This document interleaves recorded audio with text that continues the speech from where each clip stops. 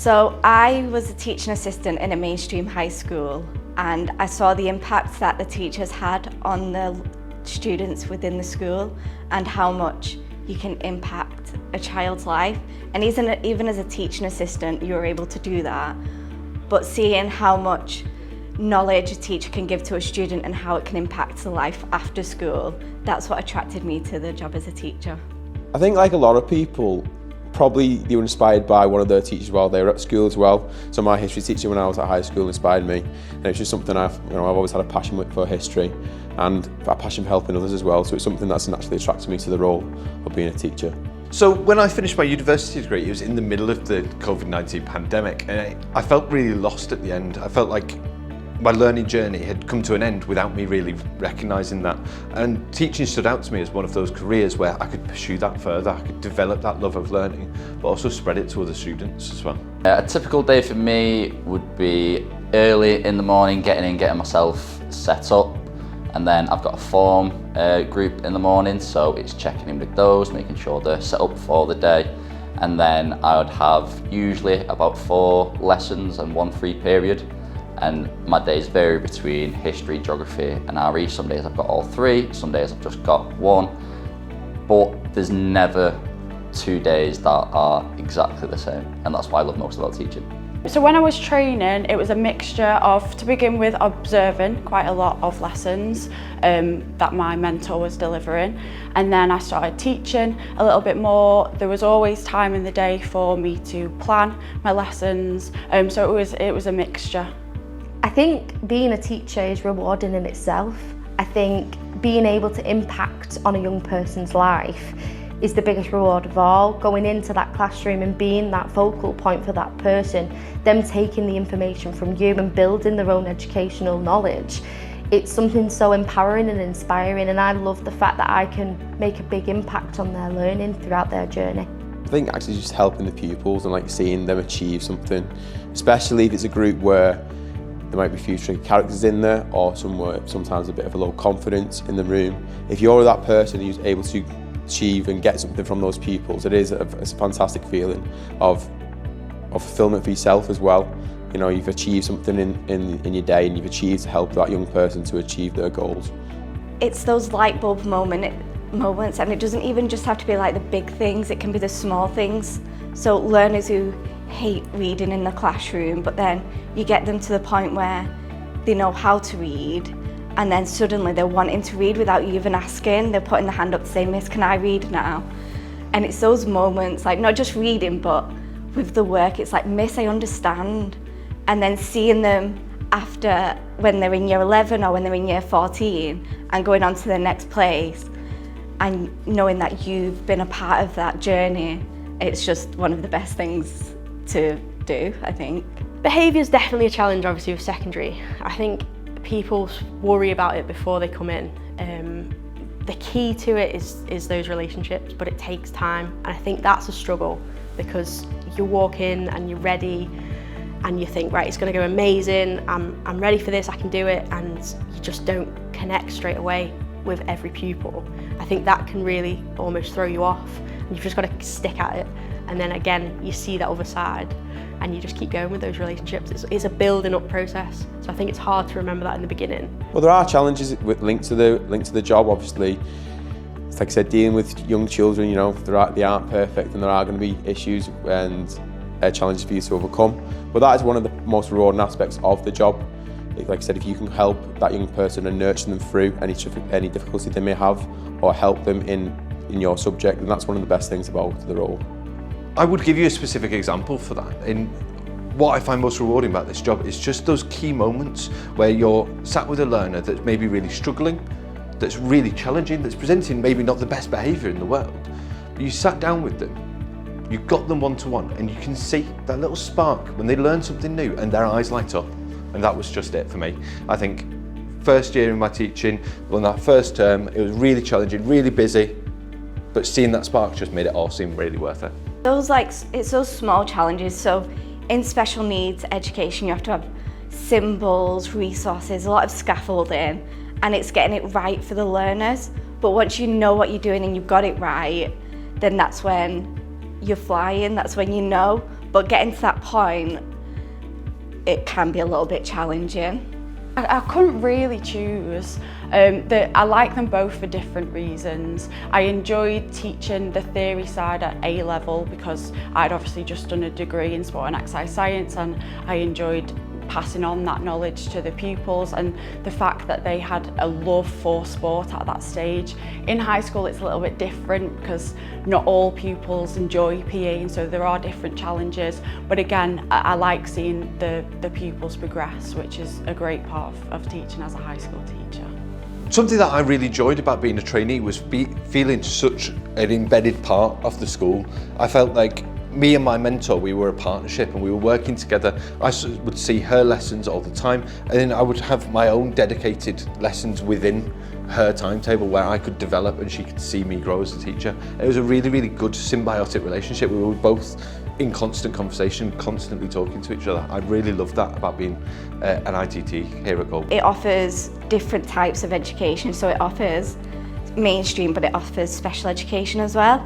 And even though I was a teaching assistant with special needs before, it wasn't a route that I knew I wanted to take, and being given the opportunity to go into a placement at Oakfield High School allowed me to see that I did actually want to do that, and that's where my heart was. I wanted to be in special needs education. So when I did my postgraduate degree, I just left uni, so I'd finished my undergrad and I decided, right, I'm going into teaching. I'm not going to sit here and not go into it straight away. I want to get in the classroom and I want to be learning. And so I started looking at universities, and then I came across the Training Alliance, which was school-based teaching, and I thought, this is something different. I've never done it before, and I'd like to see where it takes me, and it was the best decision I ever made. I think school-based training gives you something that university-based training doesn't, and that's being on the job from day one.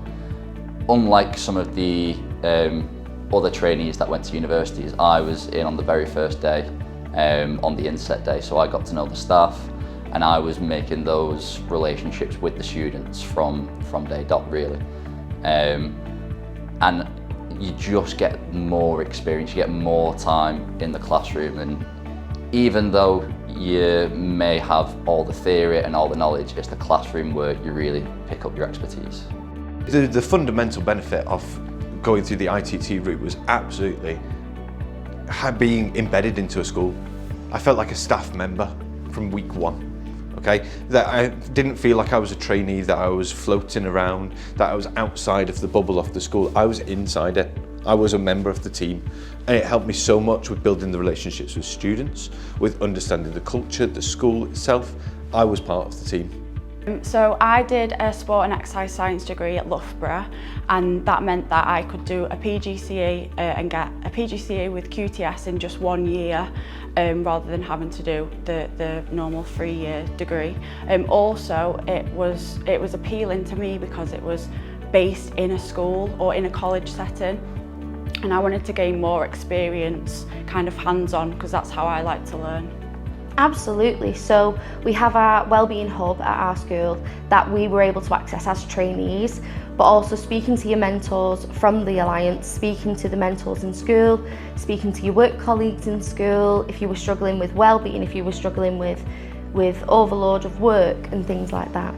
Well, as I said previously about the mentor, they have a vital role in protecting your well-being and helping you through difficult challenges you might face. So for example, if at certain pinch points, or if there's a little bit of workload stress, go and speak to your mentor and they will help you through that. So they'll offer you advice, they might offer you some strategies that will help overcome that.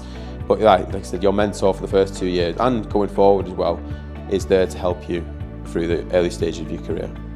Definitely felt looked after during my whole time on the School Direct programme, with brilliant mentors at both schools that I trained at, and also the leader of the course as well. If ever I had any problems, I knew they were only a message, phone call away.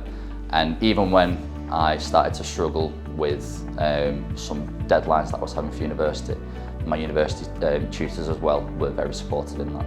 So I had mentor meetings really regularly. My mentor was fantastic at Winstanley College in particular, and I could ask him any question at any time. I didn't have to wait for the mentor meeting. I could ask him anything at any time, and he was always willing to help me. When I was doing my teacher training, we had some excellent mentors within the Alliance, and they were always there to help us. So if we became overwhelmed or anything like that, we could go to them and they would help us to become unstuck and to reduce our workload and kind of give us pointers on what to prioritise and what to leave for a little bit until after. But then there's also the subject mentors and personal mentors within the school, and they always made sure that our workload wasn't too heavy and made sure that our well-being was all okay during our teacher training, and I think that set us up for a really good routine for when we became teachers and we were left in the world on our own. So I think that helped a lot. I think it's just getting everything written down that you need to do. It's making those to-do lists. At the beginning, you're going to struggle. It's going to be difficult to get your head around everything. The systems are difficult.